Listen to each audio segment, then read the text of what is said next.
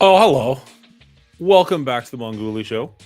We are getting ready to do some R rating with the guys. We just need to get a few things set up. But other than that, we are pretty much good to go. Let's see. Run 7 is already live over on his channel. We'll knock and say hello. Surprise, motherfucker. All right, let's grab that. Let's do this. Oh, hi. How's it going?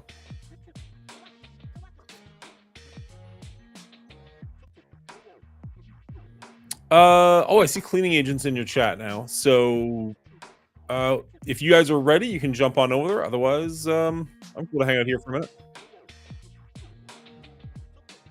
Sounds good.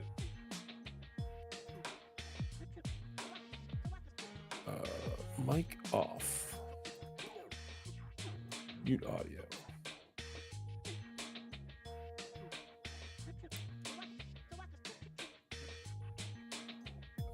Where are you? There we are. Hey, Zero Justice, how you doing? Welcome back, wonderful D. Hello, Enola, how are you doing?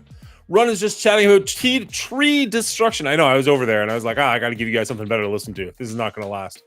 Just wanted to say hi. I'm preparing for tomorrow. What is tomorrow, Enola? What are you up to tomorrow?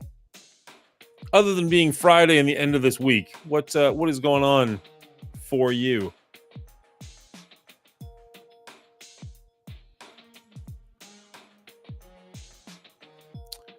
Wonder what day is it? It's the 21st. So we're like less than 2 weeks away from the release of Silk Song, the greatly anticipated follow-up to Hollow Knight. I don't know where. You have an interview tomorrow morning. Nice.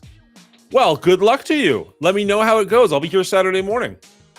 Come say hi and tell me if you did well or could have gone better. I'm sure you'll do fine.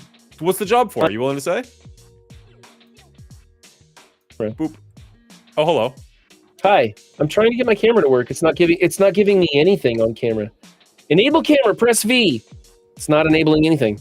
Do you have the ability to use your whatever it's called? Not your camera, but the other virtual camera. That's I'm trying to run virtual camera like I always do, but it's not letting me. Weird.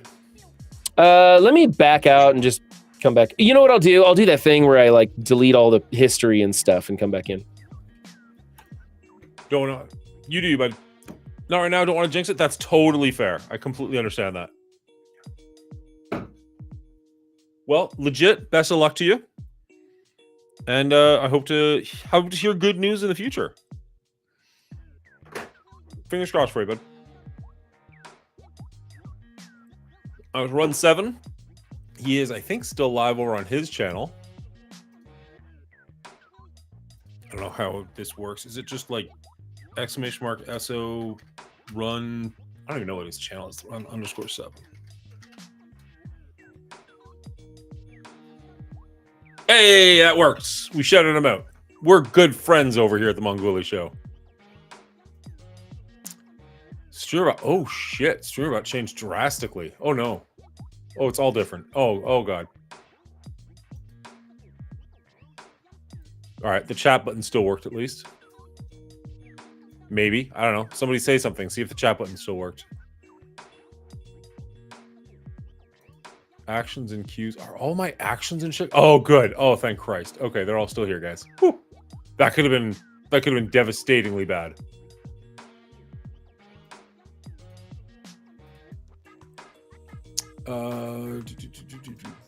There.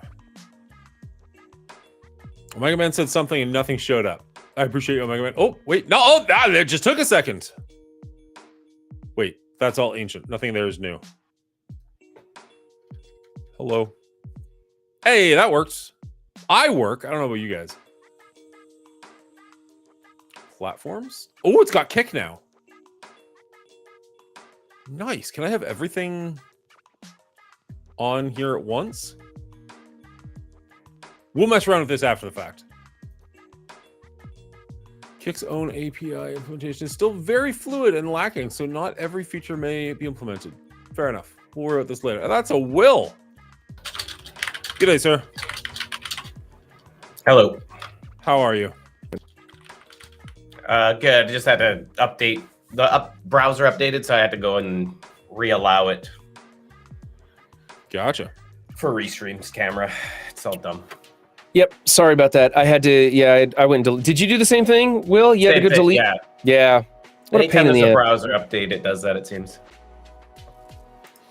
And then let me adjust this for the peoples, for the peeps.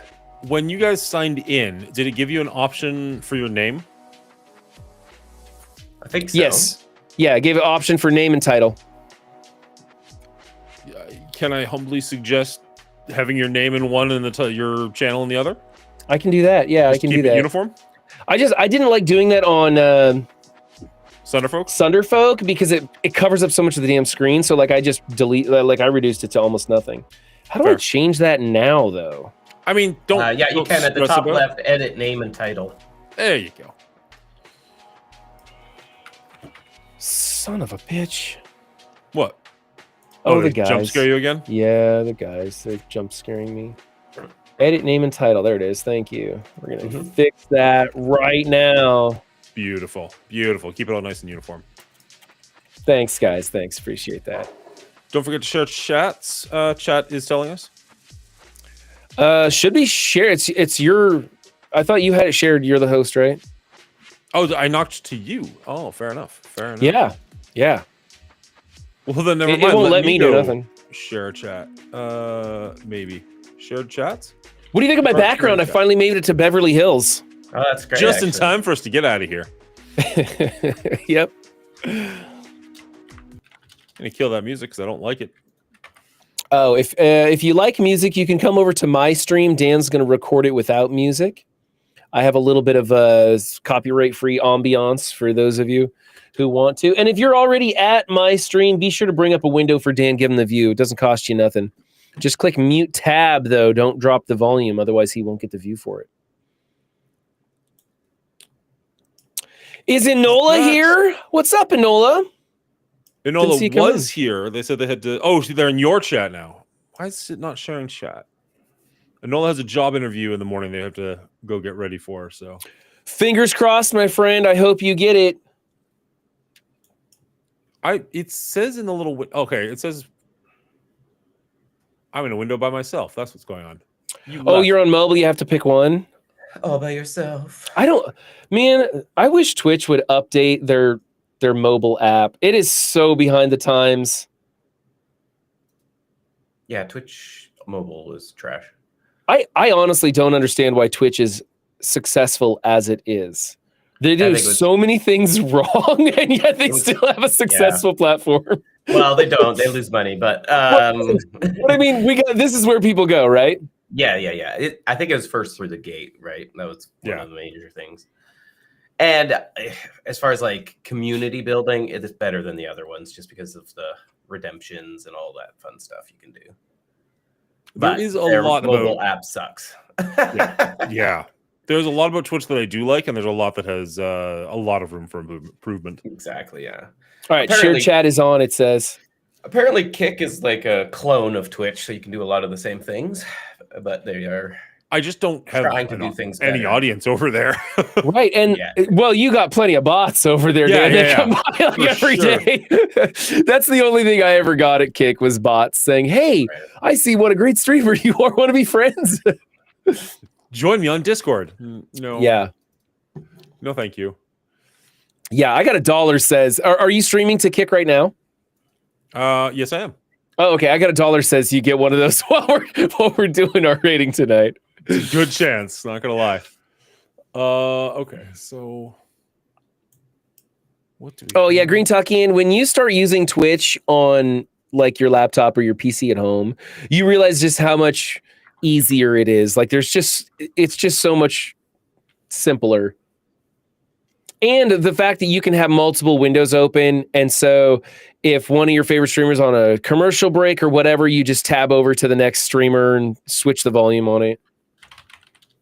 Absolutely. I always like that. What is going on? Somehow I have like 8,000 windows open, and none of them are the ones what you want. Yeah. Oh yeah, I hate that.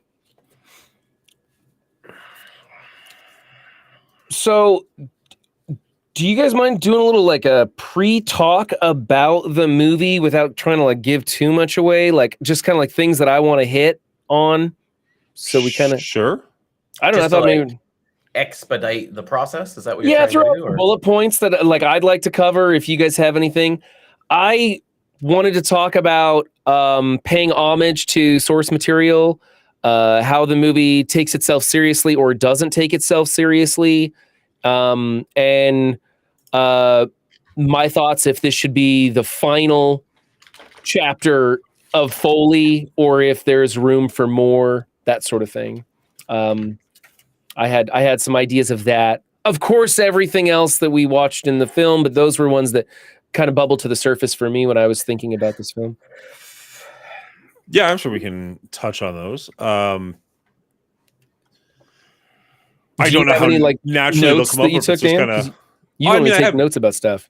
I have notes for like my final score. I don't have any like notes for how the movie progressed or, I want to talk about this specifically, which is funny because there was definitely like one or two things like, oh, I hope I remember to bring that up. Do I remember what they are right now? No, I do not.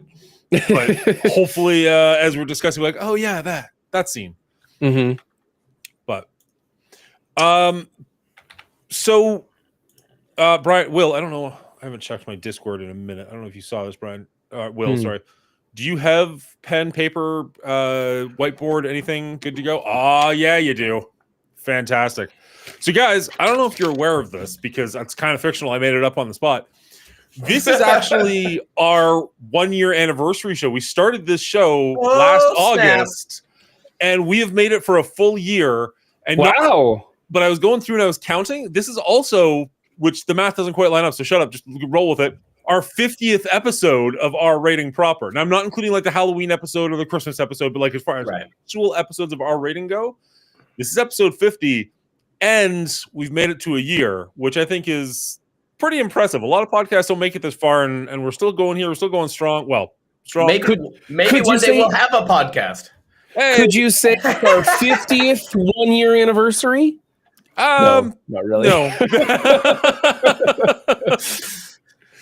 So for that, I have prepared an incredibly short, silly little trivia game for you guys. Oh, that's excellent. Based entirely off of our rating and the movies that we've seen. So we got to try and remember our scores or something, right? I mean, I can write down your scores if you really want. I will write down your scores. Because why not? It's fun and silly. I mean, these are going to be the easiest questions, I promise you. There was not a ton of thought put into this. There's going to be like 1 or 2 tricky ones, and mostly these are going to be pretty good to go. So hopefully... I'll tell you this right now. After we talk about a movie, I just forget everything about it. So I do too. Almost every time I'm messaging Dan, hey, Dan, could you tell me what the scores were from last week or whatever? I literally 20 minutes ago. Like, I'll end up flipping over my score sheet and using it as scratch paper for something else, and then I'll crumple that up and throw it away, and I'll be like, damn it. Like, because I had Beverly Hills Cop 3 scores, but not 1 and 2, so I needed those. All right. Fair enough. All right. So we're going to start off super easy with some questions about our rating itself. And there's only like 2 questions per franchise, so we're not going to delve on any of these too long. Guys, how many different franchises have we done on our rating? Wow. Without looking it up. Wow.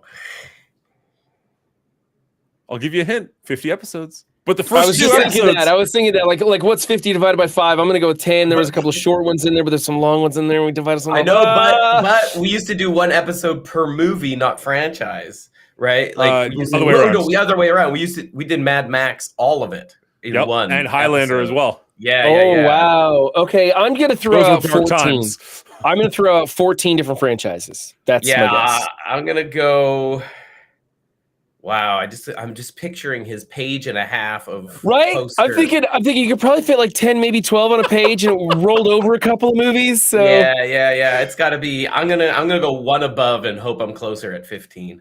Oh, 15 is the right answer. Well done. I was thinking Brian got nice and close. Well done. 1 point for Will. All right. Did we need to be writing these down and then flashing them to you or something? Whatever. I actually like this process better if you guys just talking your way through it.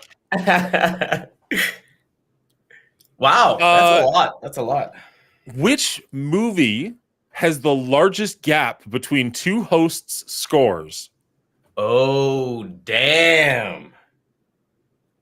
The largest gap. So, and we're talking a single movie, not the A franchise single movie, rating. not a single franchise. movie where one of us thought it was amazing and the other thought it was garbage, or one of us thought it was garbage. That is absolutely correct. The biggest gap between two hosts. Wow. You just want the movie, not the host. Just the movie. I'll tell you the hosts afterwards if you want. Yeah. I want to say, we did 15 franchises. That's a lot of movies to consider. I know. A lot of movies. 50 episodes and even more movies than that because some of those are doubled and tripled up. Well, quadrupled up. Chat's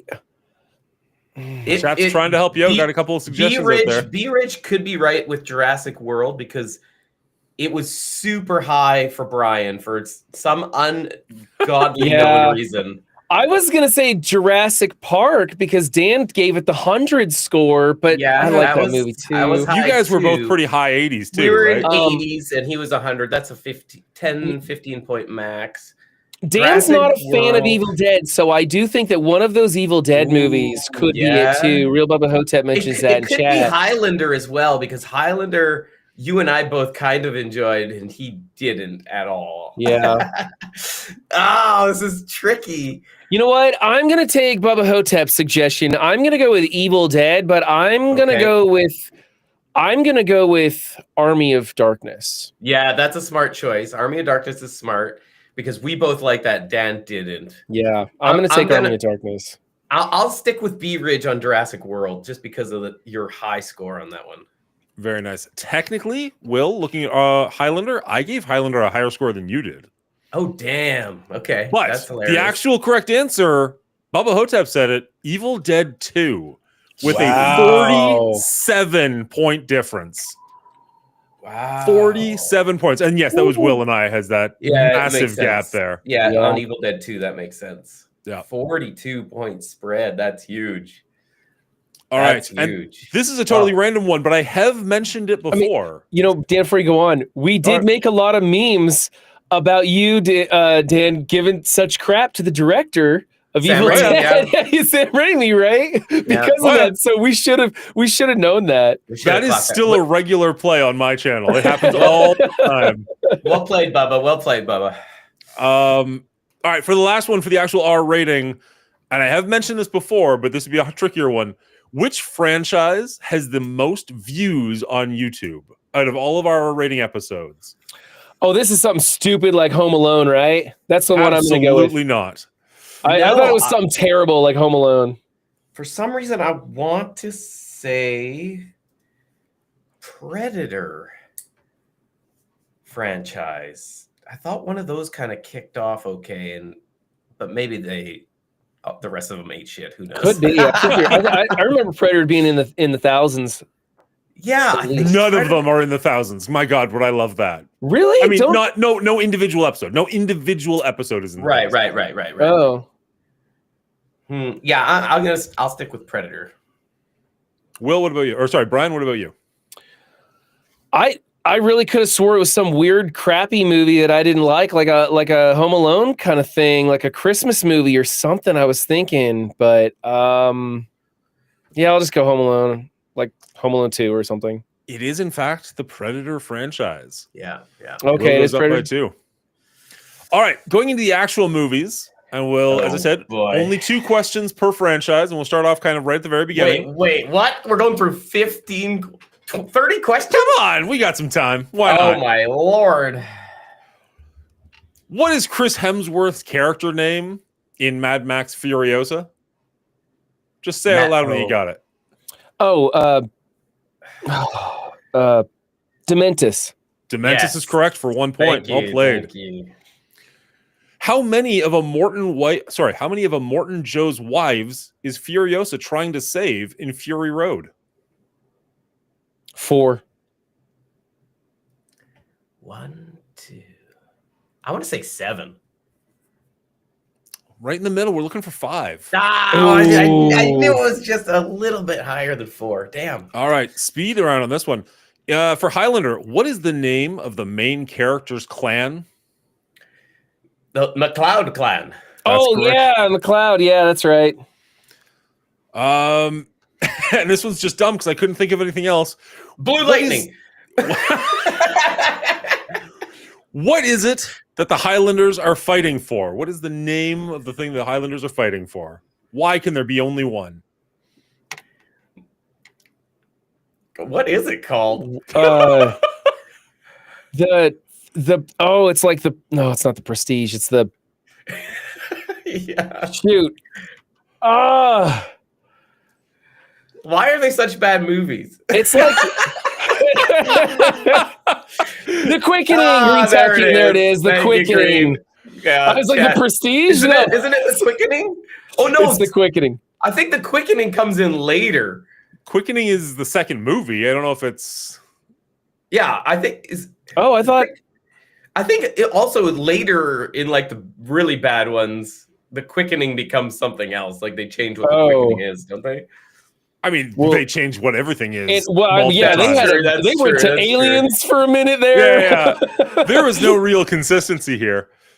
Going back, it's on the tip of my tongue. It's the prize, the something, the wish, the something. I don't know what it is. Is it the prize? it is just the prize. Yeah, It is so What? dumb. Oh my god. Yeah, okay. I knew it was something like really weird like that.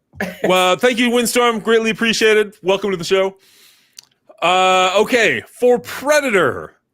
This might be just an iconic for me moment, but bear with me. Before the iconic line delivery of anytime, Mac takes what off of Dylan's back? A scorpion. Yes. you. Yep. Well done. Good Well one, done. good one. What is the name of the alien race in the Predator series? Oh, Brian will know this. The Yayucha? That's close enough. I can't Gotcha. pronounce it. yeah, I will. yeah. Well, this was like You- good luck you- spelling this one if you guys use the pen and paper. It's only. Is it ever like the Predator or something? I think when it they is actually said mention it? in Killer. I think it's said at one point in Killer and Killers, maybe. Like it's said at some Yeah, point. it's in the only franchise, but recent, it's- right? Only Yeah. recent. Yeah. It's Yeah. the comic books that one mostly comes from. That's why I was like, it's a bit of a Yeah. cheap, whatever. No, it's All right, this is easy mode for Will, probably for Brian as well. Evil Dead. Oh boy. Where does Ash work? S-Mart. That's smart it Stop is. Smart. That's smart. Nice one. Well done. Good steal. Good steal. Okay. What are the name of the zombie-like creatures in the Evil Dead franchise? The Deadites. Deadites. I'm It's going a to give that to tie. Will. Oh, come on. That's lag from my computer. All right, moving on. This is going quickly. I love it. Alien franchise. What is the name of the ship from the original Alien? Which ship? The The main The ship. The one they're all on. The Nostromo Nostromo? is the one I was looking there for. It is, Nostromo, Okay, yeah. I didn't know if you were talking about the Dreadnought ship thing that they. Fair enough. Fair enough. My bad. I was thinking like there only is one ship. What are you talking about? Like they didn't. no, Well, they do didn't explore name one. it in the first movie. They didn't name it till like way later in the franchise. Yeah. Okay. Everyone knows Michael Fassbender is David from Prometheus, but who else does he play in Covenant? William. Damn it! What's his? Walter. There we go. Walter. Ah, yes. Walter is correct. Well done. Well done. I should know because we named my astronaut Walter. Oh, really? Yeah. What's your astronaut? He's just a little guy I put on stickers and cups that says shoot him in the dick all the time. Nice. I've heard the shoot him in the dick. I didn't know you had a Weird- sticker for Weird it. shit that occurred on stream and it stuck for some reason. That's the best kind of shit. That's how it goes, yeah. All right, we'll keep this brief. For Home Alone, Oh, what is boy. the name of the recording device Kevin uses in Home Alone 2? Oh.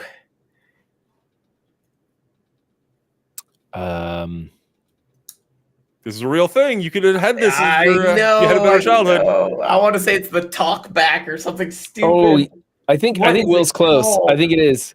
Will is very close. Yeah. What the hell is it called? Talk Boy?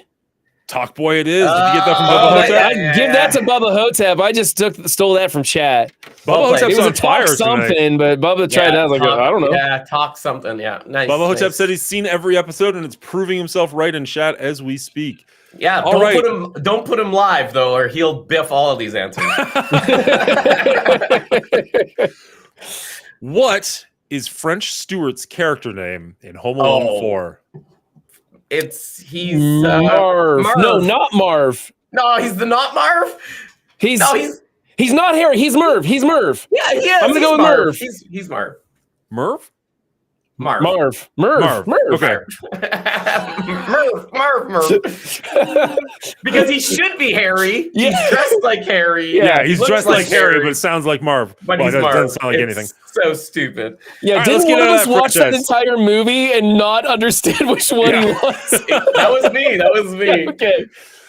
All right. For gremlins. What are the gremlins called before becoming gremlins? Mogwai. Mogwai for Will.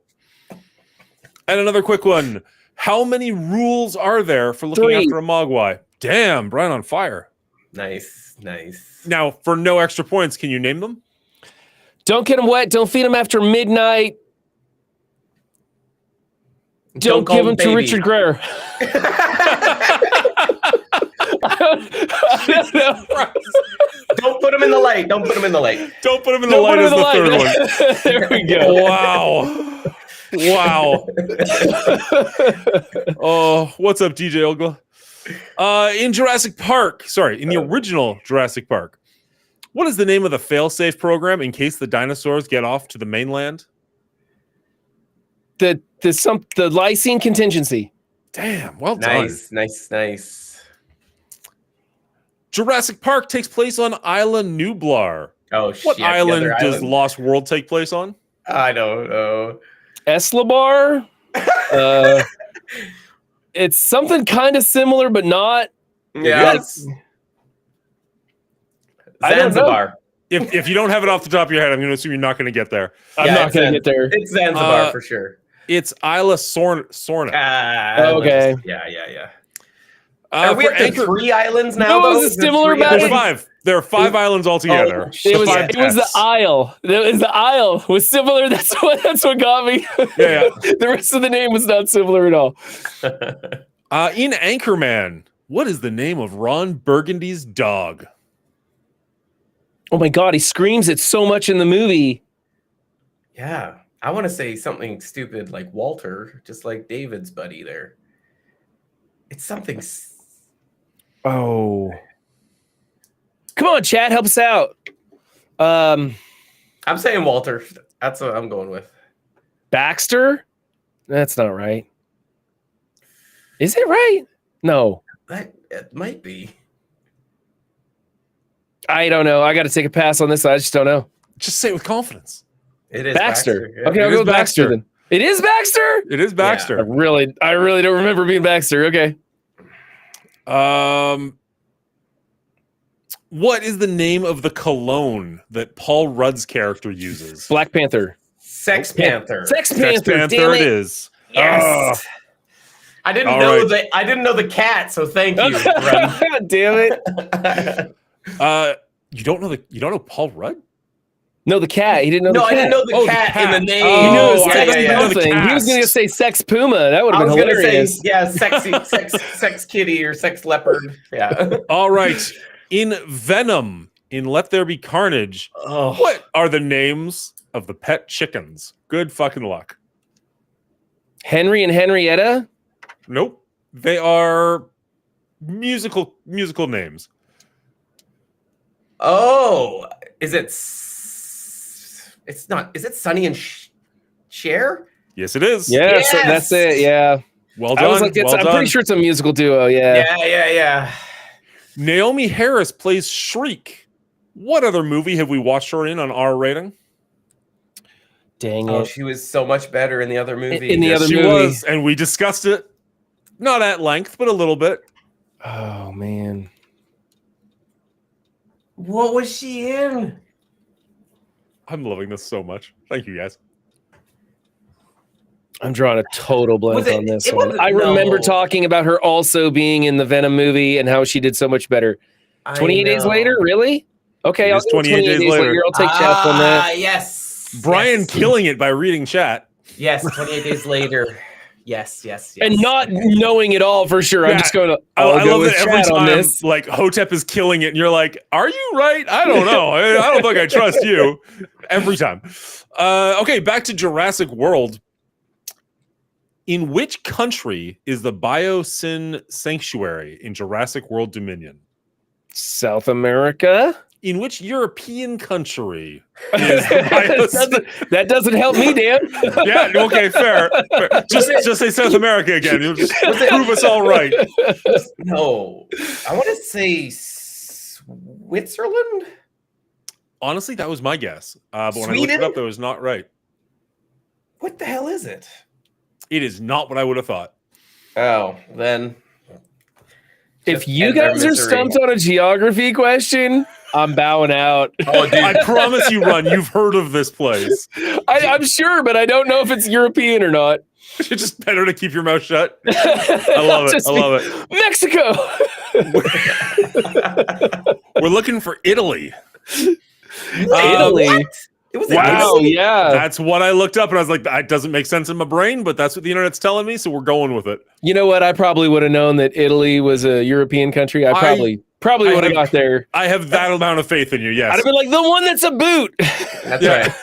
Canada? How many years have passed between Jurassic Park and Jurassic World? 20. Not in real life. Correct. Damn. Well played. In the movie, not in real life, but yeah, in the movie. Seriously. Yes, yeah. All right, moving on to the Dollars franchise. Oh, moving up in the world. Good movies. What is the name of the character referred to as the Ugly in The Good, the Bad, and the Ugly? Oh crap! I don't know his name. I can't remember his name.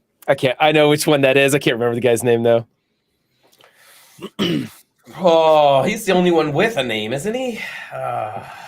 Windstorm giveth and windstorm taketh away. The Ugly stole the show in that movie too. Damn, I can't remember his name either.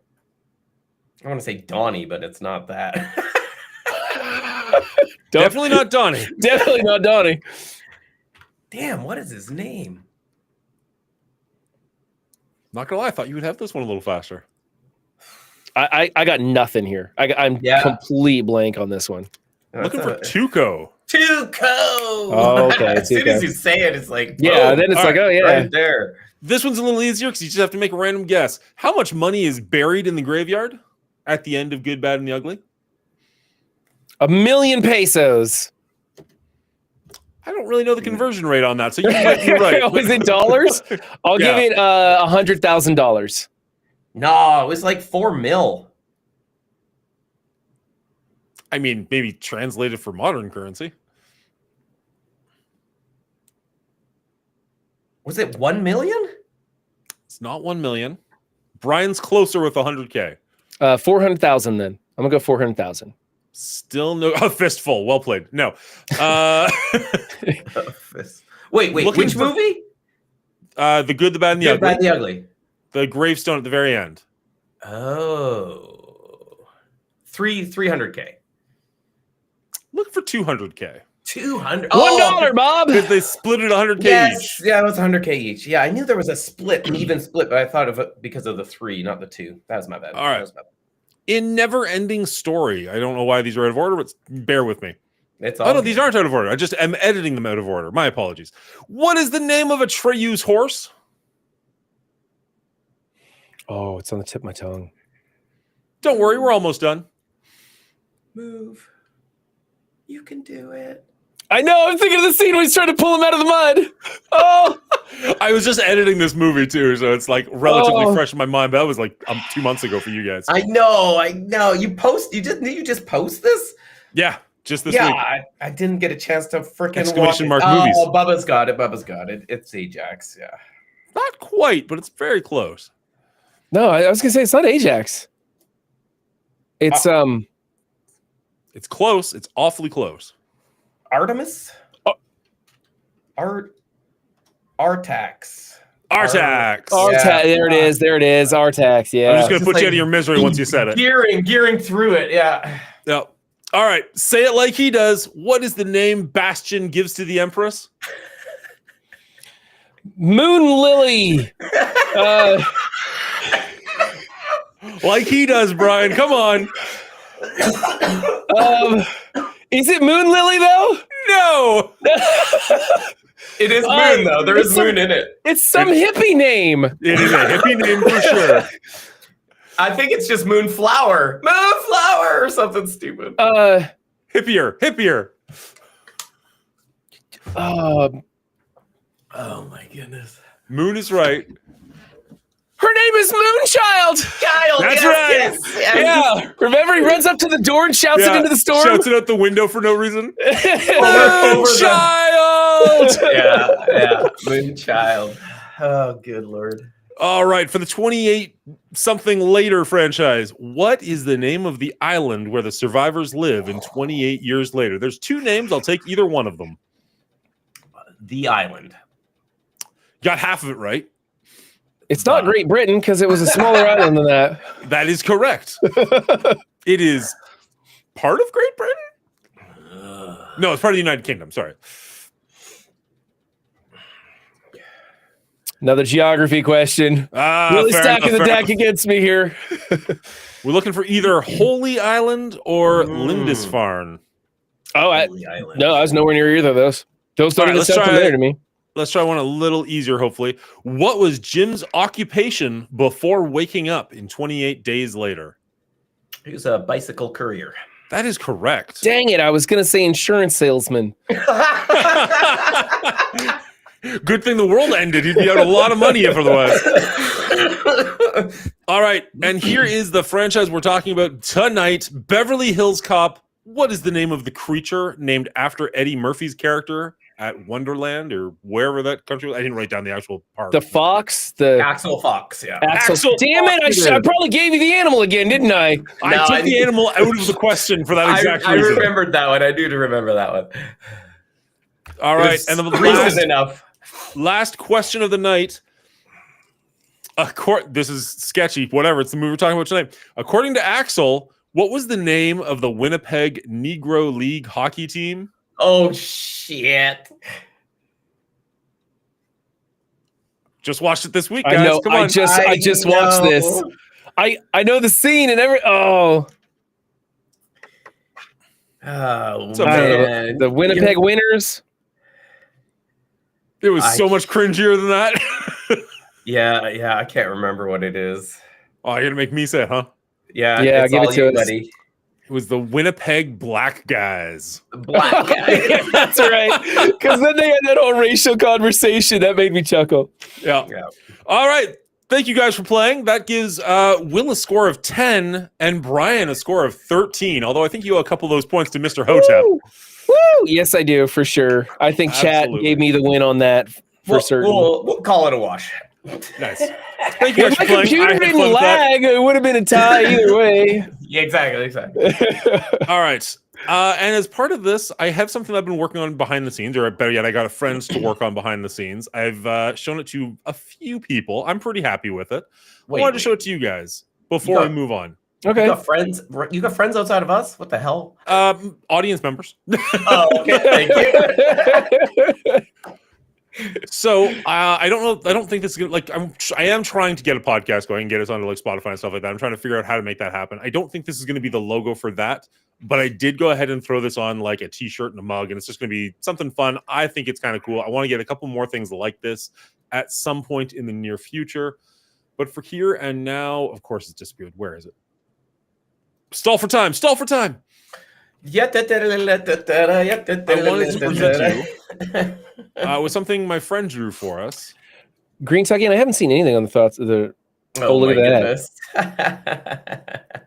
Just kind of a fun little. Can I make that bigger even? Nope, that just gets rid of us entirely. No, that's okay. We're right there. There we go. I thought that was kind of fun. I was like, that's kind of a cool idea. I wonder if we can incorporate that in some way. And my friend drew that one for each of us. I thought, like, all right, that's pretty fun. I like it. Super fun. If you have any other ideas of things like that, I'd love to make a couple of different, I don't know what to call it, like logos, I guess. It feels weird, but Memes? just things to have around. Have, the spider meme. I like that. Who put that together? He doesn't. He might watch it on YouTube, but he doesn't like participate live, so you wouldn't know his name from the chat. But it was a friend of mine from high school who's done a couple of artistic things for me. My youngest daughter has a gigantic stuffed giraffe that she loves and takes everywhere. At least she used to. And so he did like a Calvin and Hobbes style drawing of her, which was like Charlie and Raffi, and it's the two of them like walking across the log cute. across the pond. I was like, that's amazing. Like, thank you so much for that. That's really cool. You're damn right, Windstorm. Brian's pointing at Dan's crotch. Of course he is. All right, that's all I got. Just wanted to say thank you guys for an amazing year. It's been great. Thank you, Dan. It's been a great time here. Yeah. Thanks for a lot of fanfare there. Yeah. Yeah, what he said. Yeah. Thanks for letting me guest, and then thinking, hey, this guy could stick around, I guess. That was awesome.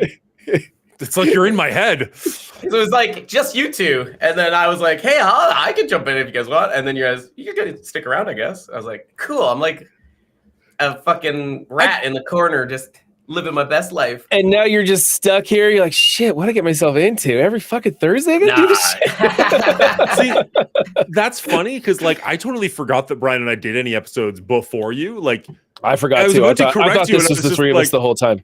Exactly. I was about to correct you, be like, no, you've been here since the beginning. And I was like, oh shit, no, you weren't. Because like, yeah, we didn't like, have our rating. Like that rating. is, yeah. Yeah, you've been here since the first episode that way. But yeah, Brian and I got together a couple of times and talked about movies before giving it any structure and finding an audience. So I thought those were just me coming on to some of the movie stuff you were doing, like what you did with your brother and things like that. Like I didn't think that was anything like this. So I've always thought of this as starting with the three of us. Yeah, agreed. All right. With that said, till next week. Get right into it. See ya. Yeah. Next. Join us next season, episode 1. No.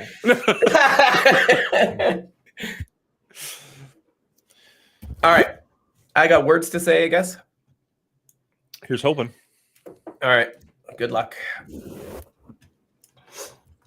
Beverly Hills Cop Axel Foley, 2024.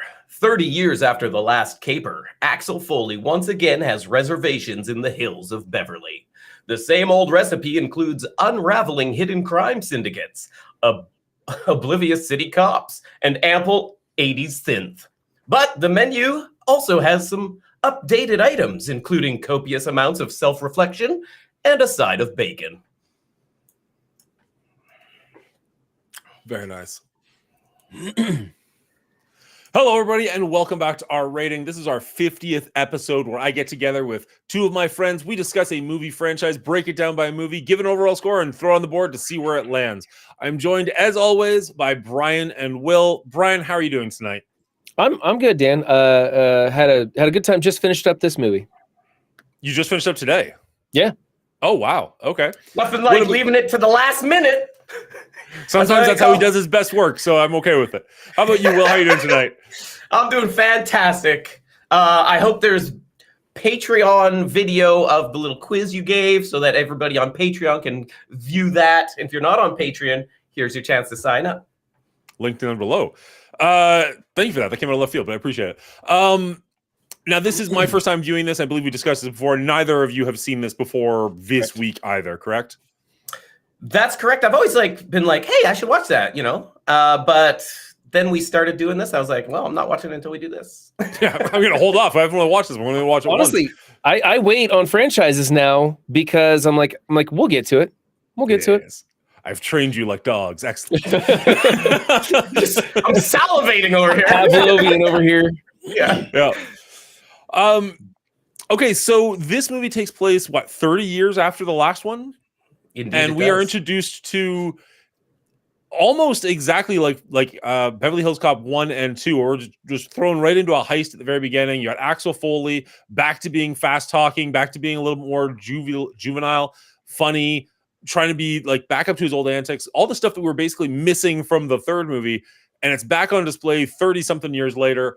The opening scene in the hockey arena, did that work for you guys? Were you having fun with that? I think the conversation between him and his coworker, I thought was pretty fun. I enjoyed that. It was a little uncomfortable in my own skin, but for the most part, I had a good time with it. What about you, Will? Yeah, I mean, I think they stick with a pretty obvious formula here throughout the franchise, and I'm fine that they kept that up here with an opening chase. But I think they also wanted to show the audience right out of the gate that Eddie is back in fine form with the fast talking Foley, which we lost and missed in the third installment. So it was good.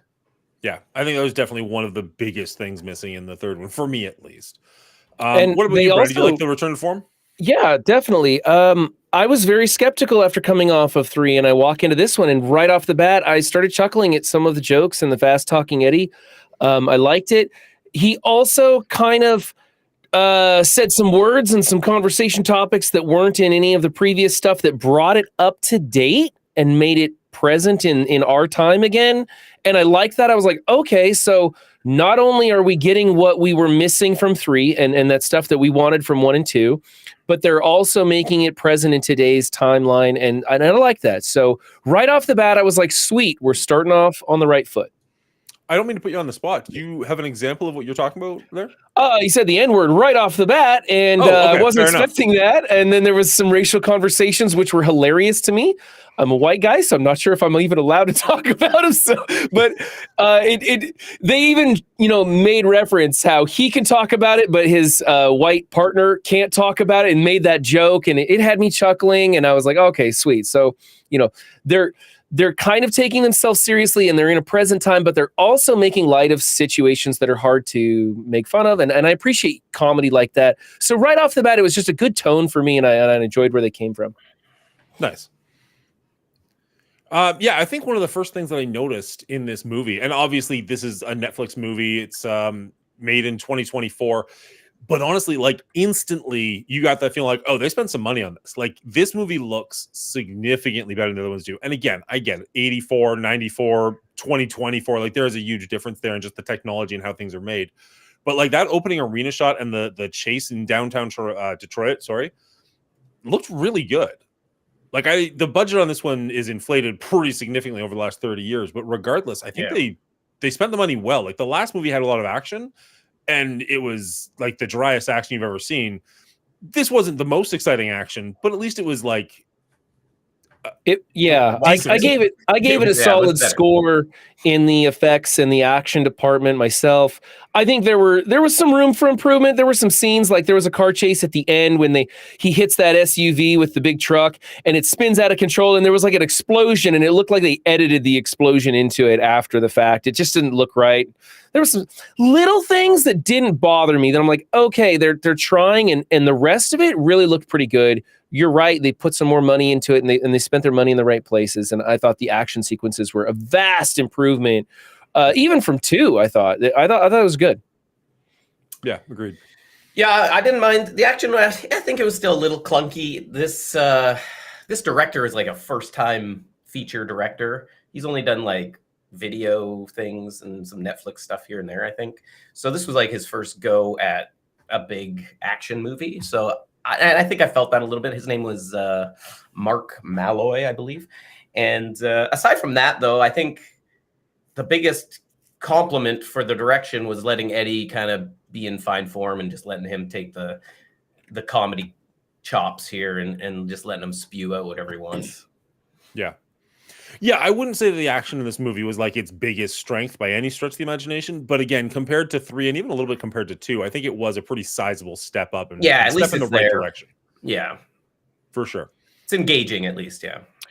So speaking of timelines, as the movies progress, we have Axel Foley's daughter in this one.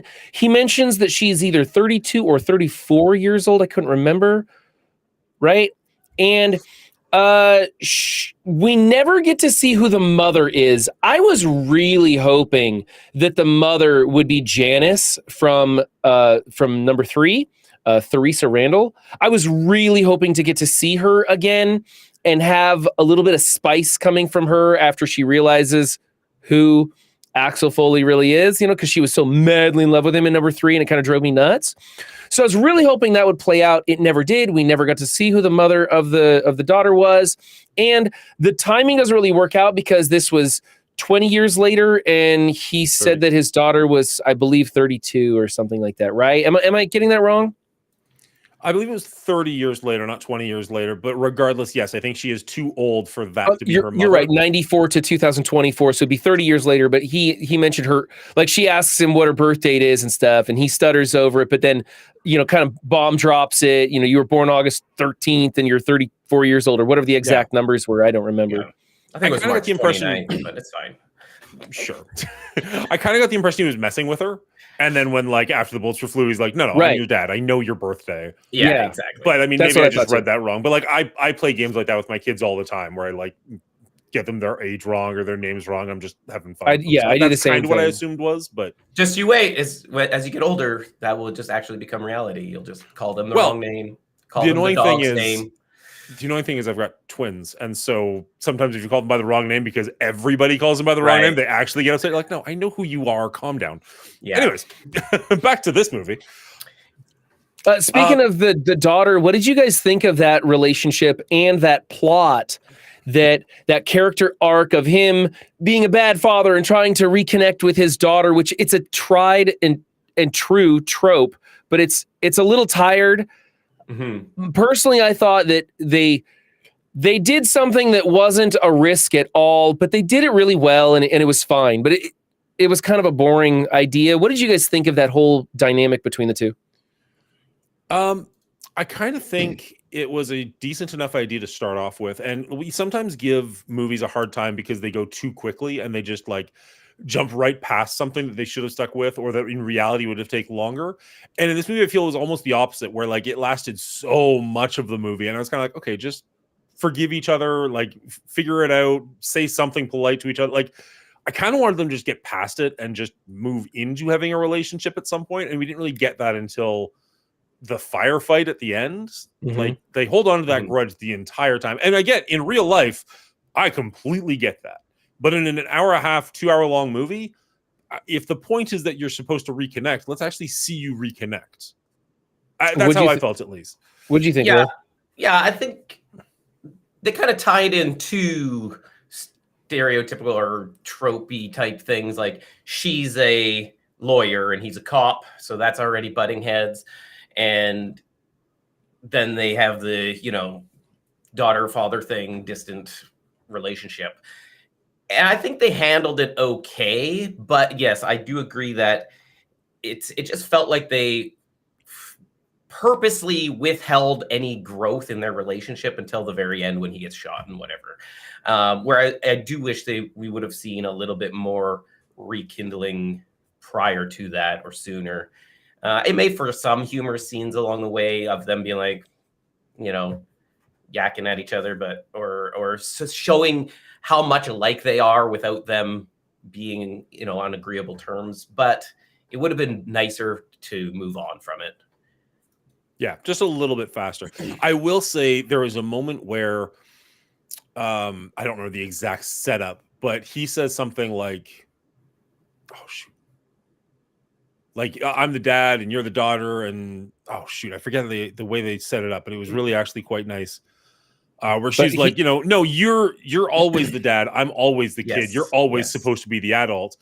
And for a character like Axel Foley, who has pretty much been a child his entire life, even when he's on the job, kind of getting put in his place like that, and then later on he kind of comes back to be like, no, you're right. I was always the adult. You were always the child. I should have done better. Mm-hmm. I thought that was a very well put together, even though I totally butchered it here, moment in the movie, and did kind of show a little bit of growth from Axel Foley, who has been this like man-child all the way along. I did enjoy that. So I'm not going to say like the entire thing was poor. I just wish that they had rekindled a little bit faster and you got a little bit more back and forth quality banter from them. I did like when she was calling him out, though, when he walked into the car, not the impound lot. I was like, hey, you got this guy, you can be in our movie? And she's just like, oh, yeah? What was that movie about? And he's like that was pretty fun, where she's just like so sick of his bullshit. She's just like, no, I'm going to make you look like an idiot right now. I liked that. And you know what? There were other times where he steps up to the plate to be one of those fast-talking moments, like when he goes to get his hotel room and he just goes, oh, I'm too old for this. Why don't you just give me a room? How much is it? And it led to another joke that was not super funny, but it was still kind of funny. But I liked how they like acknowledge that this should have been one of those moments, but they're like, we're not just going to do the same thing over and over again. So that was kind of cool too. Just like how she shut him down at the impound lot and screwed up that whole thing. And it made it a humorous moment in a whole new, fresh way. So that was kind of cool how they acknowledge where this stuff is coming from, this kind of content, and they don't, completely shy away from it, but they also change it and adapt to a new situation and build off of it, which is something that was completely missed in number 3. They just didn't have those sequences at all, and it just wasn't funny. Yeah, agreed. And it had like a little callback moment too to the first movie where he goes to the hotel and he's like, how much is it? And it's like $200. He's like, oh, like I can't afford that, but okay, I'm gonna pretend. And then this one, it's like jacks up to $950 a night or whatever it was, and he's just like, gotta love Beverly Hills. Yeah, I thought that was a cute little throwback that didn't feel super forced. Like, of course, he's gonna have to sleep somewhere for the night, right? And I liked that as well. We were mentioning where he's just like, he's about to go into this spiel like he does because it's just second nature to him, and he's like, I'm tired. I just want a room. Like, well, and that's I think the difference between this and a lot of these sequels that happen a great distance away from their originals. Jurassic Worlds come to mind a little bit. That they pay homage, but it's just hammering the nail on the head over and over again in those movies. And in this one, at least they put a little bit of a spin on it, so that is nice to see. It shows a little bit of creativity at least. Yeah, for sure. And you want to talk about callbacks to the original material? There's a sequence when the cop, not Billy, what's the new guy from this movie that he gets partnered up with? Joseph Gordon-Levitt's character? Thank you, Gordon-Levitt. He goes through the file on Eddie Murphy, and he's talking about Eddie Murphy's time in Beverly Hills, but he's also pointing out the previous movies. And he makes a joke about, in 94, that wasn't your best material or something like along those not lines. Your best work, yeah. Not your best work. Yeah. And right then and there, I was like, this movie just went up like 10 points for me because they acknowledge the crap I just sat through last week and they're making fun of it. And so at times this movie takes itself real seriously, like with the relationship with his daughter. And then other times it acknowledges the silliness that has happened before it. And it pays homage to the things that we came to see. And I thought it did a really nice job of all that kind of juggling for the most part. Not perfect, but it was pretty good. Agreed. Yeah, I actually agree with everything you just said there. Very well put. What did you guys think of the because we got a lot of returning cast members. In fact, I think pretty much everybody who is alive is in this We got movie. Taggart back. We got Taggart back. We got Paul Reiser back. Both were missing from the first movie, or sorry, the third movie. The third movie. Yeah. And I like seeing both those actors. In fact, this is John Ashton's final performance, at least while he was alive, or at least while he was alive. I don't know what movie came after this, but they kept specifying that online, so I assume there had to be one. Yeah, I think he passed away 2 months after the release of this one. And July to September, so 3 or 4, whatever that math works out to be. But yeah, very, very shortly afterwards. I liked seeing him again. I was kind of taken aback by it when we first saw him because he's retired, but they even addressed that in a clever way. It was just like, well, I got married again and, needed the money. So it's like, oh, fair enough. Like, no, honestly, Taggart's acting in this movie was not amazing for me. There were some lines he just did a terrible job delivering, but honestly, I was glad to have him back because when they did have good moments in the film, it was really good. Like when they were in the car at the end, it was pretty solid. I was stoked that they brought so many back. We even had Gilbert R. Hill's picture on the wall. That was Todd, Commander Todd, or whatever his name was, Todd. Sergeant Todd. I don't remember his moniker, but his picture was on the wall in his old office. So that was kind of cool. They really just made an effort to showcase everything that was good in the franchise. Yeah. I will go back to John Aston just for one quick second. You're right. Not all of his acting was on par or perfect, whatnot, but he's, getting up there. He's suffering from cancer. The end though, when they're gunfight, and he's like slowly getting down and hiding behind the barrier. I was like, oh, that looked like it hurt, sir. And then his next line is like, I don't think I can get up. I was just like, okay. No, I like that. Well done. Yeah. So like, was he perfect? No, but I liked it. I liked having him there again. Sorry, Will, I cut you No, off. that's just fine. I just wanted to ask about Rosewood and Taggart. Did you guys like them in this movie? Did you enjoy their characters? Rosewood is Billy. Yeah. Yeah. For me, there were pluses and minuses on this one. I was glad that they were in the movie. I felt that some of the acting from both of them actually was a little bit off. There were some like forced lines for sure where they were trying to like make a joke, and I was like, oh, you didn't really land that one. I don't really believe you. Like, but I was glad to see them in the movie because of the nostalgia factor, and they still have good. The three of them still have good chemistry. Mhm. Yeah. I would agree with that. I think if you take Eddie Murphy and you go to Beverly Hills and you don't see either one of them, that would be weird. Like that would almost be like, well, why are we even here? Like, why didn't we just stay in Detroit? So I liked having them back. I think maybe having Billy off screen for most of the movie, like him being more of the reason they're doing it than actually a driving force, is maybe the right call. However, I'm not entirely sure why the bad guys would keep him alive for as long as they did. I feel like Right. Well, yeah, they were probably trying to get off the him and He move had the on pretty joke quickly. of, I've been tortured for 2 days. What's your excuse? Which was okay. Yeah.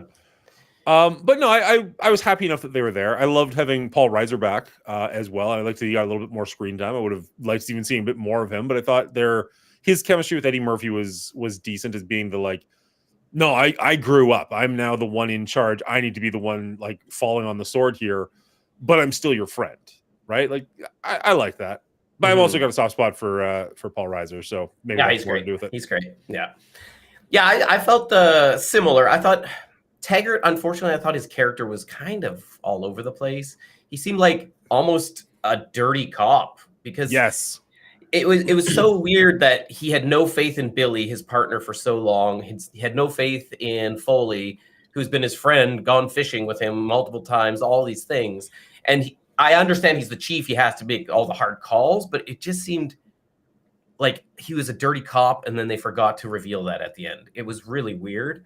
And then Billy, I would have liked to see more of, because you only get a little bit of him, and then he's gone, and then he comes back at the end, and it's fun again. But I think if we would have had more of him and more of their dynamic, I think we would have enjoyed them on the whole more in the movie. Now, see, That's fair. I differ. I thought we saw Taggart and Billy just enough. Okay. It was just enough for us to know that they're there.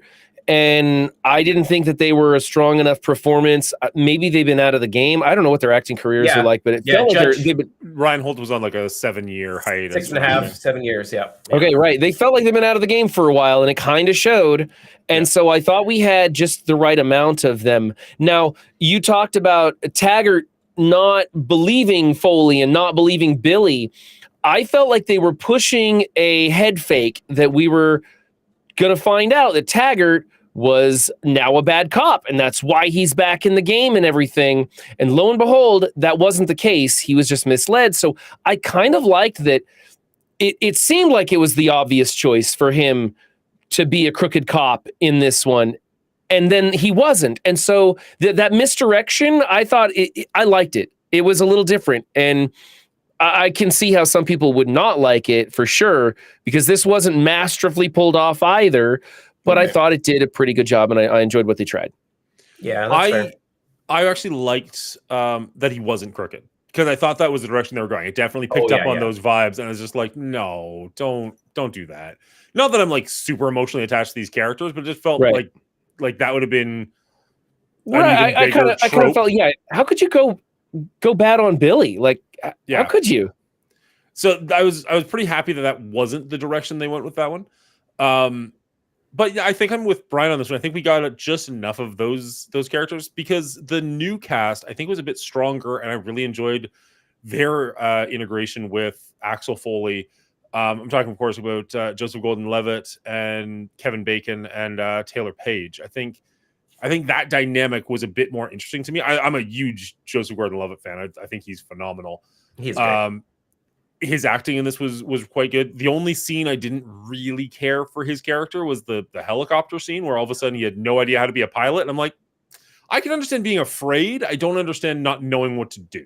Okay, I'm with you on he was too terrible of a pilot for that scene, but I liked Abbott throughout the entire movie. I thought he did a great job. He was one of my favorite characters to watch. I actually really enjoyed the helicopter scene, his interactions with Foley, how they're slapping each other in the face and pointing guns at each other as this helicopter's falling out of the sky. I thought that was a really good scene. It didn't make any sense how terrible of a pilot he was, though. And so it was a little bit awkward, but I was still enjoying that scene. Not to mention, that was a cool action sequence, having that helicopter skim across the ground, barely missing the tour bus, crashing in the golf course. And then who's on the golf course? But lo and behold, the guy from Happy Gilmore. Shooter right? McGavin. Shooter McGavin's out on the golf course. It was... So I liked that whole sequence. I'm going to give him the pass on him being a super terrible pilot, just because I had fun with it. Which is fair. I will say the Shooter McGavin cameo, what's it, Christopher McDonald? Is that right? Yeah. Was maybe one of my favorite ones, even though it was, you could argue it was very forced. I really liked it. Like that worked for me, that he was just like, he's just out golfing me, like, what are you doing here? I was like, all right, that's cool. And they could have gone too far with that one by, like, I don't know, trying to bring in the whole Happy Gilmore cast, but just having him there just as a golfer, I was totally on board with. Yeah. So does that mean we have to watch Happy Gilmore as part of this franchise now? It's the same world.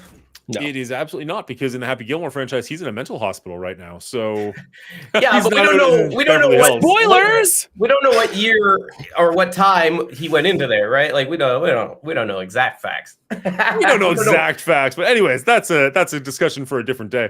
It is funny though, because the director, I looked it up. I was like, is he supposed to be Shooter McGavin? And I looked up, the director's like, yeah, we thought it would be fun. We had needed a golfer, and it immediately came to my mind, it would be fun to get Christopher McDonald to do a cameo. We didn't force that it was Happy Gilmore, and apparently they didn't know that Happy Gilmore 2 was in production at the time at Netflix. So it was just like a Happy Gilmore happenstance. I did notice that Happy Gilmore 2 is a Netflix exclusive as well. Exactly. But I was like, I don't think they're trying to make this a shared universe by any stretch. I think it was just for we fun want a things. golfer. Who are we going to get? Yeah, of course we're going to get him. So I like that one quite a bit. What professional golfer do you guys know aside from maybe Tiger Woods? Like, I don't know any of them. And so I don't know who you get to appear on that golf course. But Shooter McGavin, I do know, and it brought a smile to my face. So I thought it was well played. And you're right. They could have gone overboard. He just appeared. He said a few lines. It was kind of funny to see the way he acted. And that was enough for me. I was happy. Yeah, literally just seeing him on a golf course, and you're just like, oh, I get what they're doing. And that's all you needed. They didn't have to go any further with that.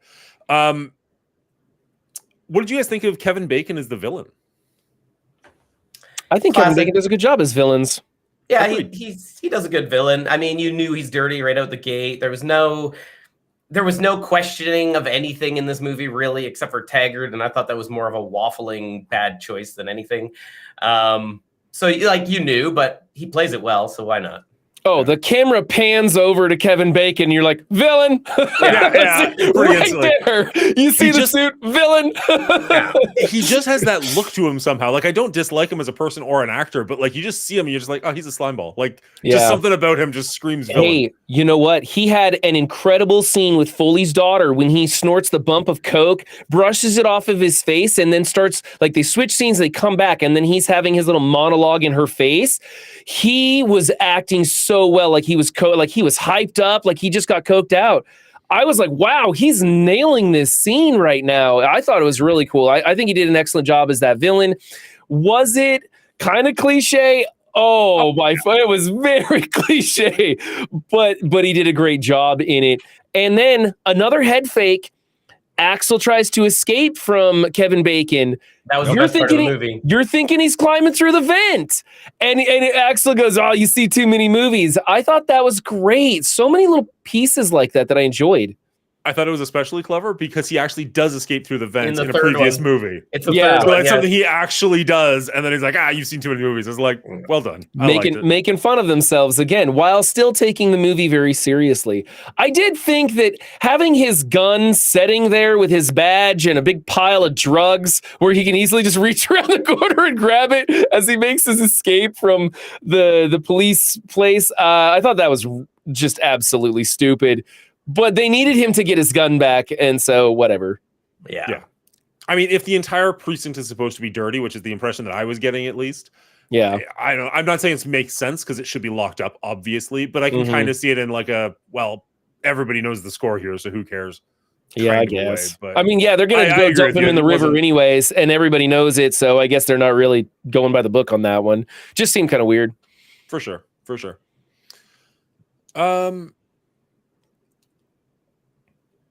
What else you got? That's all I got, except for Eddie Murphy's daughter's in this movie. She His is? actual daughter?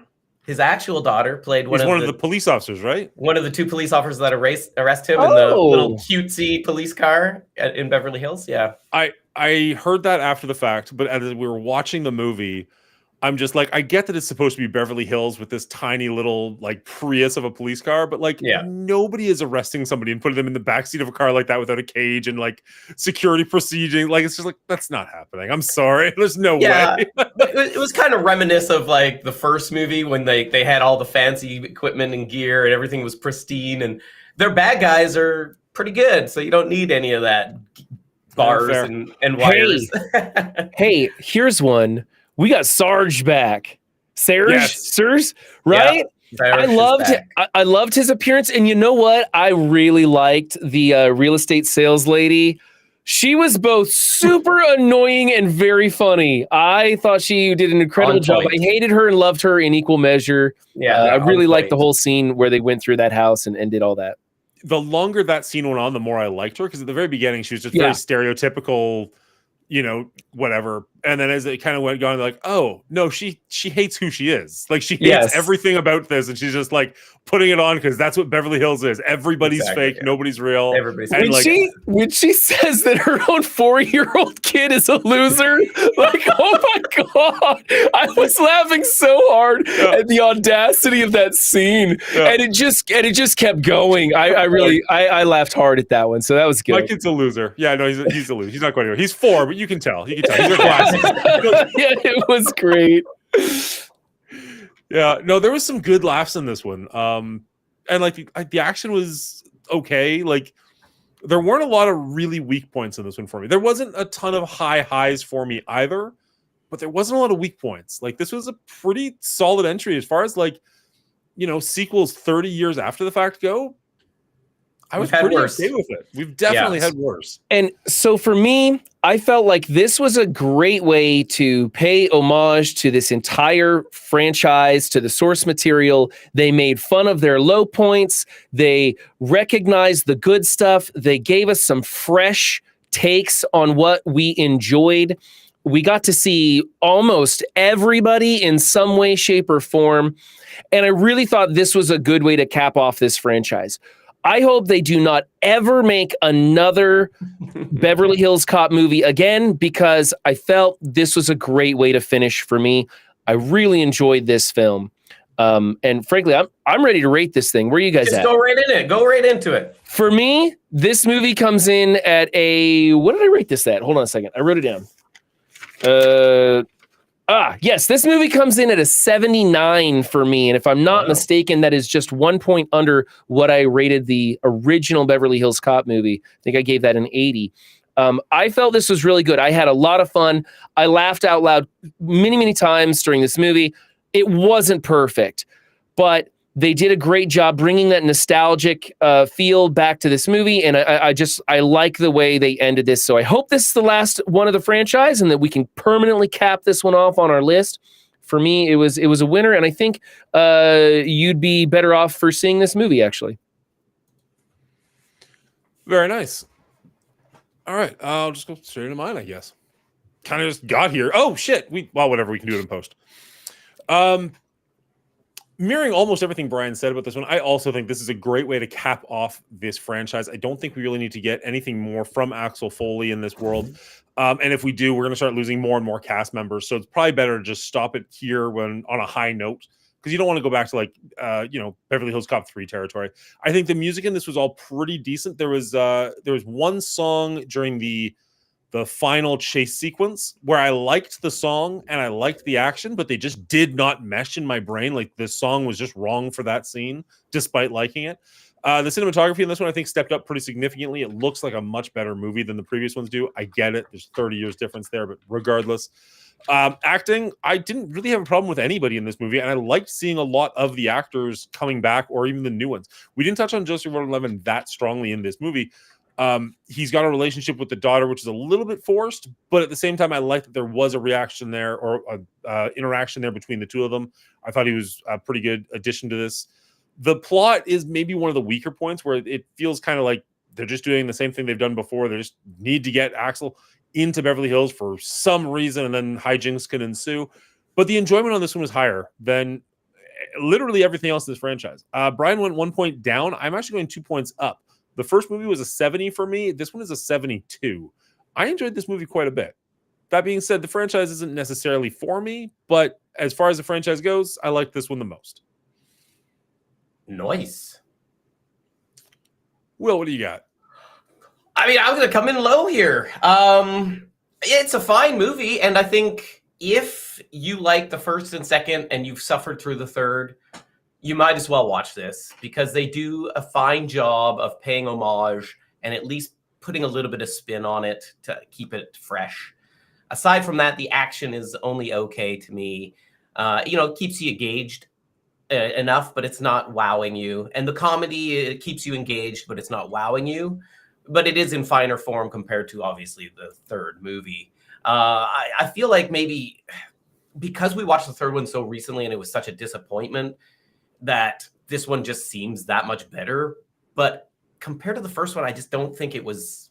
It wasn't the first one still, in my eyes. Even though they did do a lot of things right, I just felt like it was more of a nostalgia capper than anything. It didn't need to happen, but it did happen. So you might as well watch it if you enjoyed the previous installments. So for me, it lands right on the 65 mark, which is watch it if you're a fan of the franchise. If not, pass. Sounds good. I mean, 65 is still a pass as far as the franchise goes, from previous discussions. So I mean, that's not a terrible score by any stretch of the imagination. No, it's not a bad score. I thought it was like a decent score, but if you guys came in pretty high, I was like, oh damn, which is great. I'm glad you guys enjoyed it, and I think Eddie was in fine form, which is nice to see. For sure, because he did Coming to America 2, which was a bomb as far as I heard. I never did watch that. I'm waiting until we cover that one. Yeah. No, I watched this movie over 3 or 4 different days. I actually broke it down in like 15-minute chunks. And every single time I turned it on, I was enjoying it. And I was having good days and bad days. So it wasn't just the mood I was in. So I just had a real good time with this film. Maybe I really like buddy cop movies and I just didn't know it. But this one hit the sweet spot for me. Hey, can we jump back to music real fast? We didn't talk about that. Maybe Dan can edit this back in or in a better time than afterwards. But we heard the Axel F song subtly throughout the first half of the film, very subtly in a different ways. They kind of put it there so you recognized it was there, but you weren't being beat over the head with it. And then like toward the very end, they really played it up and even had some different variants, some hard-hitting rock versions or rap versions of it that I really liked. I thought they did a pretty darn good job. Did all the music mesh with the scenes? Like Dan said, not exactly. But I felt that this one had some great sound to it. I was glad that I didn't have to listen to that song 27 times or hear garbage music, because we had good music in 1, okay music in 2, if I remember right. Terrible music in 3. Agreed. So, yeah. No, I don't disagree. I was happy that they kind of hinted at the score. I would have liked one hit of the original scoring in it, and I don't think we got that. But overall, I like the updated music mixed with the nostalgic music. I think they did a good job balancing it overall. Mm-hmm. And you were saying, Will, this director, how much experience does this director have? Not much? No, as far as I've seen, he's done like a dozen videos that he's directed, but he's never done a full movie. So yeah, he's pretty green, and I think that's mostly why the action is pretty tame. And I think where I would guess aside from that, though, I think he did fine. Yeah, think I kind of feel like he watched the first couple of movies and he recreated those action sequences, and that was good enough for me. They weren't over the top. I did enjoy the helicopter scene. I thought that was a pretty tough scene to make. I don't know where they actually flew that helicopter to make it look like it was sliding down, Rodeo Drive or whatever, but it was cool. I thought it was cool. Yeah, it was a fun scene for how silly it was. For sure, it was fun. Yeah. Dan, you working up our numbers? I'm just finishing up the poster. Oh, finishing up the poster. Just a reminder to do that Patriot sting. Yeah, we jumped right into the scoring, so I didn't get a chance to do it. But it's like it's its own scene. We can just edit that out afterwards. Yeah, throw it in anywhere. Yeah. All right. In fact, let's throw it in right now. Nice.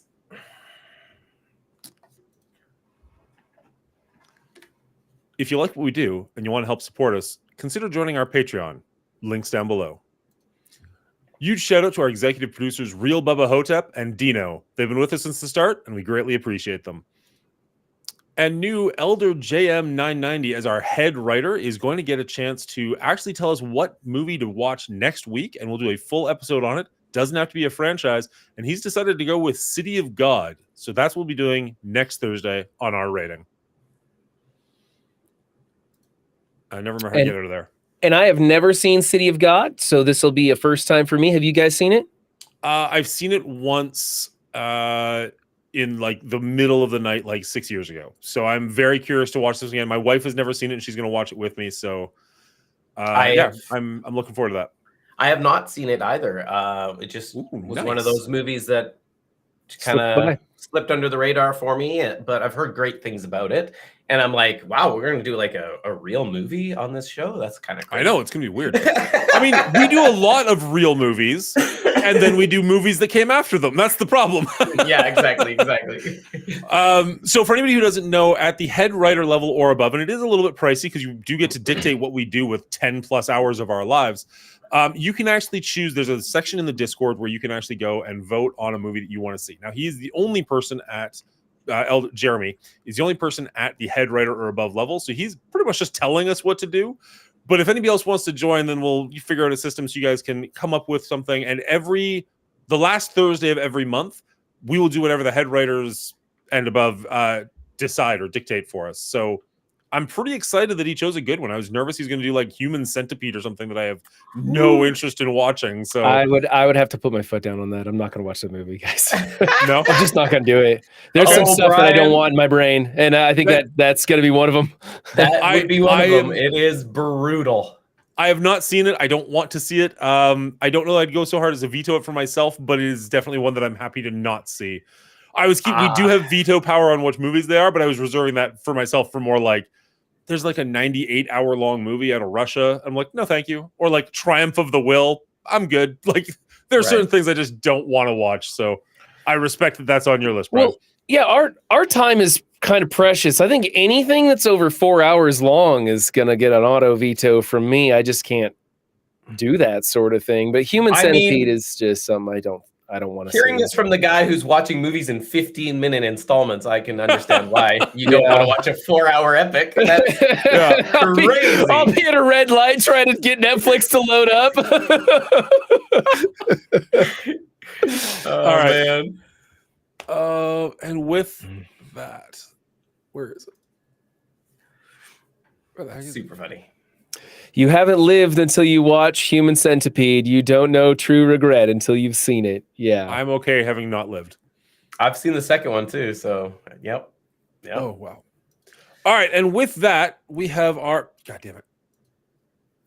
All right, and with that, we have our final score for the Beverly Hills Cop franchise, landing at a 61. This came up a couple of points from the last movie, which is pretty decent to see. Ties it with Gremlins, another 80s franchise. What do you think about this, guys? Does this land kind of where you wanted it to? Do you think this is a pretty decent end for it, or is it a little too high? I like Evil Dead way more than Beverly Hills Cop franchise for sure, but I think Beverly Hills just a little above Gremlins, maybe. Yeah, I guess. Honestly, I just think Dan tanked Evil Dead is what happened there. I can't help it. It was not for me at all. I mean, you can see it in the scores there. I don't disagree, Brian. I like Beverly Hills being where it is. Yeah. Above Jurassic World, above Venom, I'm happy. For sure. Gremlins and Beverly Hills, I actually can see Beverly Hills being above Gremlins. Gremlins is like the first movie is like pretty fun, nostalgia-wise. Is it the best movie? No. I think Beverly Hills kind of hit on something that hadn't been done before. Mm-hmm. It really put that forward. So I think it deserves to be a little higher. So I'm okay with the placement. Yeah, I have no real complaints with this. It's a franchise I enjoyed. I'm happy I've seen them all, but I'm probably not likely to go back and rewatch very often or ever. But yeah, glad I saw it.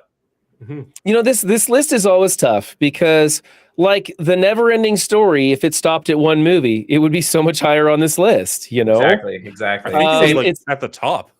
Yeah, it's tough seeing certain things where they're at because there's the one in the franchise that you love, and then there's the rest of the franchise.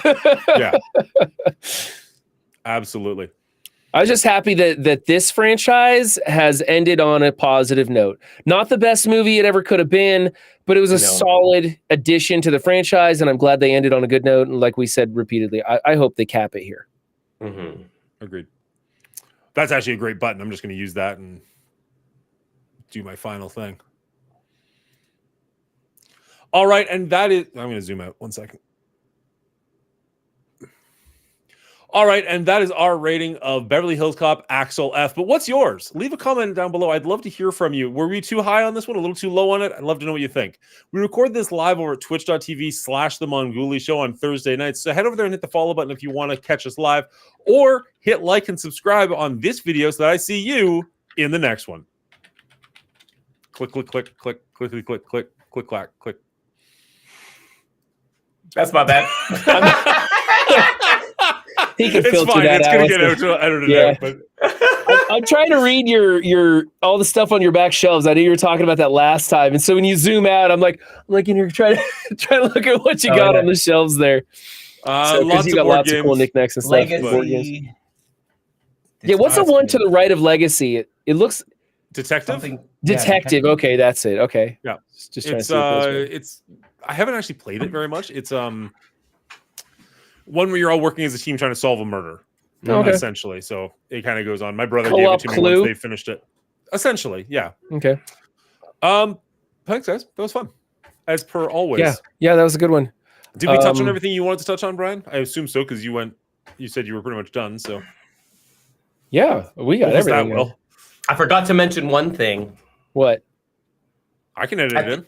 No, it's not worth editing in. But at the end of the movie, the final shootout, Foley dives behind like the pillar, and then he blind shoots and hits the guy. Yeah. In the first movie, he does that too. He blind fires and misses. So it's kind of fun that he's. Oh, I was wondering. I knew the way that played out. I was like, there's something to this that I'm missing. Yeah. Because I was like, that was a weird sequence, and they seem to like stand on it for like an extra second. And I was like, what am I missing here? So thank you. Okay. That makes sense. I got to say, though, when they drive the truck into the building and it's this slow-mo crash through the wall scene that looked really cool. And then they did like 5 other slow-mo sequences after that. And I'm like, no, stop with that. Stop it was cool. Stop the slow-mo stuff. And then when they climb out of the truck, which for some reason the front windows are bulletproof and the rest of them shatter in the gust of wind. I don't know what that was all about, but they all climb out. These old guys, they're trying to get to the floor and get out of. They're surrounded by dudes with like semi-automatic and full automatic weaponry, and they're not getting hit. And it's like 3 on 12, and it was a little bit ridiculous. That was one of those sloppy actions. Yeah, welcome to action comedy specifically. Yeah. So there was some sloppy stuff in there. Funny part to me was Joseph Gordon-Levitt, like 2 minutes earlier, is like, I'm in the middle. There's no seatbelt for me while they're driving this big truck. And then they just smash into this house and he doesn't come flying through that windshield at all. Yeah. Green Tuckin has a good question. Decision been made on our next franchise? Yeah, So you we're guys were gonna talk talking about about last that week and I next week. bailed out. Did you come to a decision on that? Next week we're going to be doing City of God as per Patreon. And then after that, we were discussing doing The Accountant because Accountant 2, I believe, just came to Prime. I don't know if we settled on that, but I'm pretty okay with it. Let's lock it in. Sure, I haven't seen it. Done. Yeah, I haven't seen The Accountant 2, so let's lock it in. I'm gonna make an ask that I think is gonna be a big ask, but I want to see where you guys are at. We've got October coming up, so we're gonna want to lock in some sort of a horror movie for that. I'm assuming. Okay. I know you're not fans, but shit. Avatar is gonna be huge in December.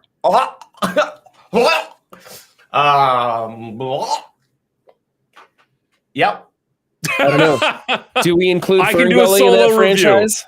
I can do a solo review. I know I'm a bigger fan of it than you guys are. I just know that it's going to be big, so I'm going to want something on the There's channel. Avatar 3 coming out? Yeah, didn't you watch my trailer reaction? God damn. Here's the problem. I haven't had a second to get on YouTube. Here's the problem, week. Run and Dan. Here's the problem with Avatar. Aren't they slated for like 10 movies? I think they cut it down to 5, but at one point he was talking about like that would be the end of his career, was just doing more and more Avatars. That's a lot of Avatar. It is a lot of Avatar. You're not when wrong. you make the most money ever on its initial release, like wasn't the first Avatar, it like broke Titanic, right? Like yeah. The first one did incredibly well, but I think the second one also came very close to 2 billion, if not a little over. Yeah. I think they're both pretty. I mean, it's James Cameron. Like he does very well. The studios just start licking their chops, going, "How many can we make?" And apparently, they thought 10 was a great number, and I'm thinking, no, 0 would have been a good number. Yeah, I think Will and I Cameron was the one pushing Avatar, for that many. right? Will, you don't like Avatar at all, right? I mean, I like to rant about it, but I don't want to rant about it for 2 hours. I'll tell you. Yeah, that. Special effects bonanza with no quality. A tale as told as time. Yeah. For me, I saw Fern Gully and I was in theaters going, why are we seeing the same thing over again? Yeah, and everybody else is like, what are you talking about? It's totally different from Fern Gully. I'm like, no, it's like the same freaking movie. Yeah. Fern Gully was better. Yeah, you're right, Bubba Hotep. Isn't Dances with Wolves the same story too? I'm like pretty sure. Yeah. Pocahontas. That's true, yeah. Yeah, it's played. The only thing Avatar has for it is, 1, it's futuristic for nerds like Dan, and 2, it's got special effects out the wazoo, which you can't watch on your everyday TV. Yeah, and you know what? I like futuristic stuff too, and even that wasn't enough to carry the film for me. I was kind of dismayed by all the such heavy special effects that I was like, it felt like they were just showing off what they could do. Okay. Forgetting the writing. Let's just wait until December when we have to talk about this. Okay. All right. I'm not saying you guys have to. I don't love the franchise. Let's get it straight. I mean, it's not like this is a favorite for me. I just don't have the vitriol for it that you two apparently do.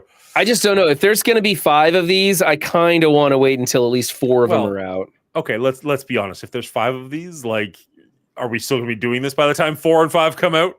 Wow! Well, sure. Wow! We just celebrated 1 year, and you're already talking about the demise. Yeah. I'm just saying, like how they're like what 2 years apart. So like by the time we get to 5, we're like 4 years from now. Yeah, and we'll have 3 head writers dictating every ending Thursday. I think this is I'm not worried about it at all. Okay. Yeah, what the fuck, Dan? Exactly. What the fuck? Stop being so negative. I'm legit happy we made it to 1 year. You guys are just like planning out the next 5 years here. Like, okay, cool. Man, we've been hearing Starship Troopers so much, as we should probably put that on the to-do list, or at least have it high up there. I'd love to rewatch the first one. I haven't seen it in decades. I've never seen any of the others. Isn't there only 2? Is there more than 2? There's 3. It depends, because like originally we were like, we're not doing like straight to DVD, and then that went the window pretty quickly. Right. So I think if you include the straight to DVDs, I think there's like 4 or 5. I could be wrong on that. Good Lord. I thought there's an animated one. There's a sequel and there's an animated one. I know that. So kind of depends. And there's some spin-off stuff too. The thing about Starship Troopers is that it's based on novels, right? Is it novels or comics? I can't remember, but I know that it's some quality writing in those novels, and they do a good job of portraying it in the first movie, or a decent enough job. So I think there's some aspects of really good conversation about that franchise and topics that it introduces into our society and things like that. So that's what I'm there for. However, there are some shit sequel movies in that franchise that don't do any of what the first one did. So it's going to be a rough one. And the first one didn't execute on all cylinders either. It was ridiculous, but Yeah. it was the premise of what they were trying to showcase. Which It had some highs and lows for sure. Yeah, It was the right amount of ridiculous. yeah. Like, It was funny. it was not great, but it was great in how not great it was. I don't know if that made any sense. out his brains. I'm seeing that there's 3, and there's one more to be announced. Yeah, but are they then doing there's like a remake or also- something? Possibly.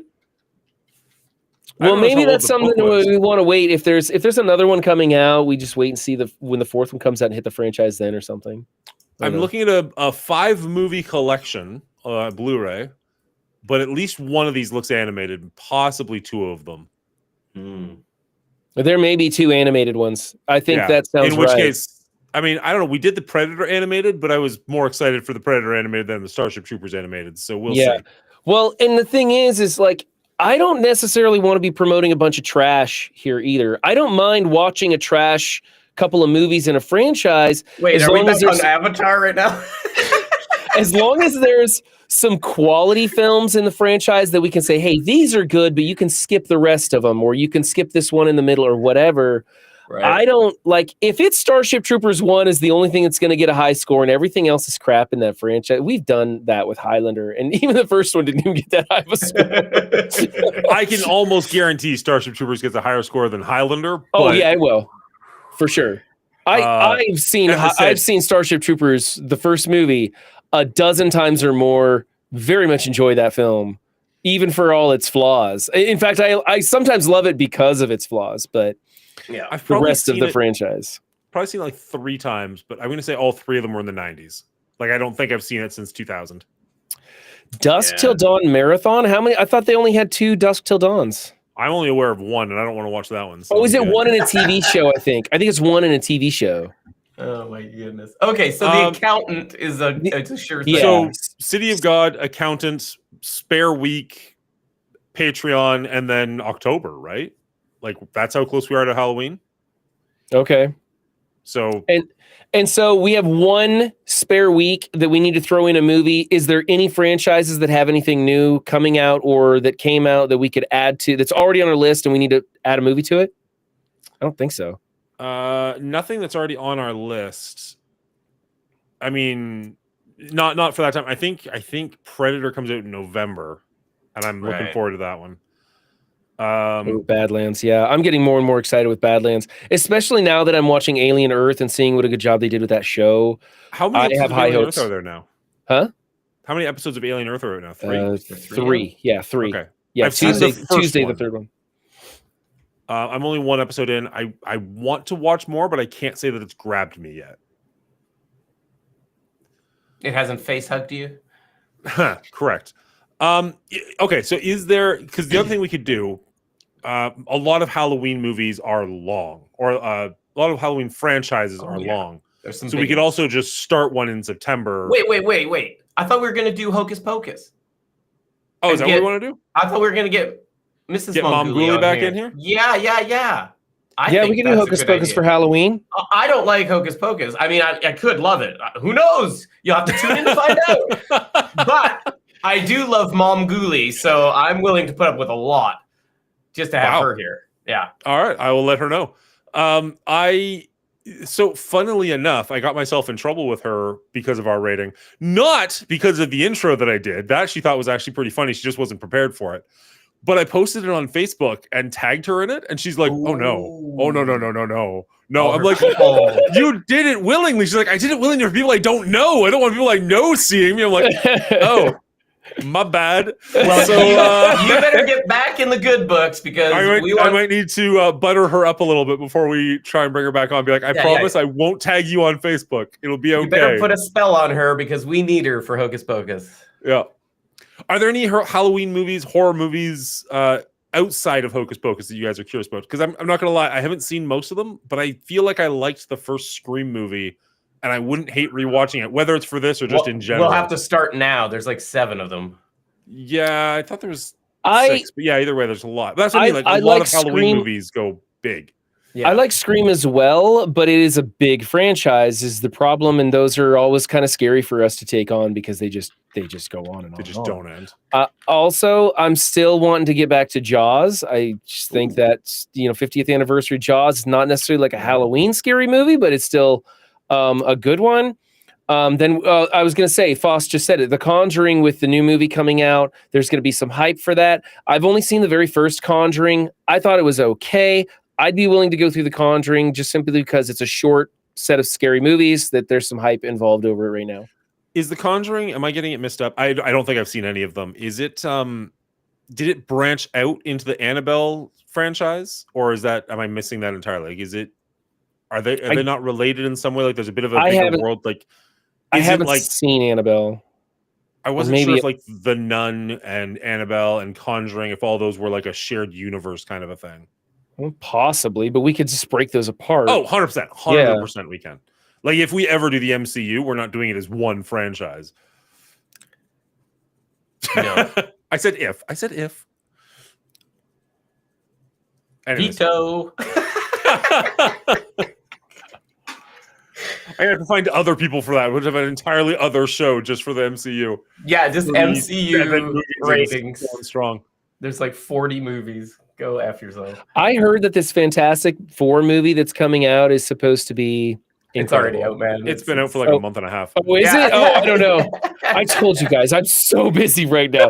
Dan's like, how dare you not watch my trailer review? Are you fucking kidding me? Do you know how much shit I haven't seen in the past 2 weeks? Axel F took me like 5 viewings to get through. Worth every second of it. Oh, man. Megan and Megan 2.0. I wanted to see those. I heard they were okay. I haven't seen them. All right, let's do this real quick. 1 second. But anyway, we got City of God, and then we're going to go The Accountant. So that's the next 3 weeks. I like that. I'm good with that. I'm excited for The Accountant. I've seen the first one. People tell me good things about the second one. I like the actors in the second one. I'm trying to stay positive as I can as I talk about these because I wasn't a big fan of the first one. But I am excited for City of God because I've heard a lot about that. It's like a real movie. So, so that'll be pretty cool. That's it for me. Dan, are you taking off or are you going to be on for a little bit? Because I'll raid over to you. No, I'm going to be leaving soon. I also want to get a decent night. I'm just trying to see when Conjuring Last Rites, which seems to be the 4th one, when that comes out. Release date is September 5th. So we're not gonna hit the window on that one, unfortunately. But we could do it, and maybe it'll be streaming by October. So if we do want to do Conjuring for Halloween, that's an option. And then sure. And I still like Hocus Pocus too. Getting Mom Ghoulie back in here would be great. So holy shit. I haven't seen Gnomes in 6+ months. How are you doing? What's up, Gnomes?